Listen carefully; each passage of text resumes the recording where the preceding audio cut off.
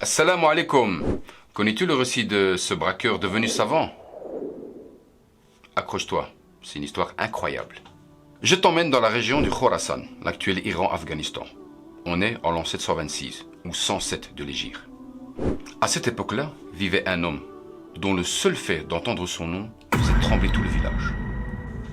Cette personne s'appelait Al-Fudayl ibn Iyad. Al-Fudayl était un jeune homme courageux, fort et intelligent, mais il utilisait toutes ses qualités pour faire du mal. Dans sa région, il était connu pour être un bandit de grand chemin, un braqueur si on veut. À l'époque, bien entendu, il n'y avait pas d'avion, de train ou de voiture, mais ils utilisaient des caravanes pour pouvoir effectuer leur commerce d'une ville à l'autre. Al-Fudayl avait pour habitude d'attaquer ses convois pour les dépouiller. Il a commencé à être connu pour ses méfaits au point où tout le monde redoutait de le croiser sur les routes. On dit même que des mères utilisaient son nom pour effrayer les enfants lorsqu'ils faisaient des bêtises, comme une sorte de croque-mitaine. Si tu ne vas pas dormir, je te donnerai un Fudayl. On raconte qu'une nuit, alors qu'il escaladait un mur afin de rendre visite à sa maîtresse, il entendit une voix. Dans la profondeur de la nuit, un homme pieux psalmodiait le Coran. Et Allah, dans toute sa miséricorde, a fait en sorte que ces paroles atteignent les oreilles d'Al-Fudayl. Et subhanallah, quel verset!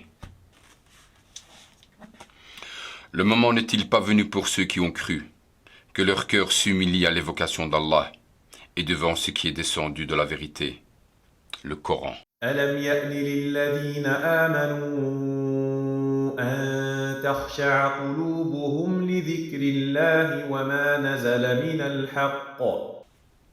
Al-Fudayl prit cela comme un appel directement orienté vers lui et dit « Oh que oui Seigneur, le moment est venu. » On dit donc qu'il abandonna son projet et fit demi-tour. Sur le chemin du retour, il entendit des voyageurs musulmans dire « Attendons que le matin se lève, car Fudayl rôde dans les parages et pourrait bien nous attaquer. » Ce fut encore un coup pour lui. Il considérait ce qu'il venait de se passer comme un signe d'Allah subhanahu wa ta'ala. D'abord le verset l'appelant à se repentir, ensuite le fait que les musulmans le craignaient. Il décida donc de répondre à cet appel divin et d'abandonner sa vie de bandit. Il s'installa à la Mecque et se donna corps et âme à l'apprentissage de la religion et à sa mise en pratique. Il devint un ascète et un savant, il fut reconnu par les gens de science de son époque et son nom perdura jusqu'aujourd'hui. Alhamdulillah, il est la preuve même que le repentir est possible, peu importe la situation, le type de péché dans lequel on se trouve. Et tout comme Allah est capable de faire revivre une terre morte, il est capable de faire revivre un cœur mort par son rappel. À la prochaine. Wassalamu alaikum wa rahmatullahi wa barakatuh.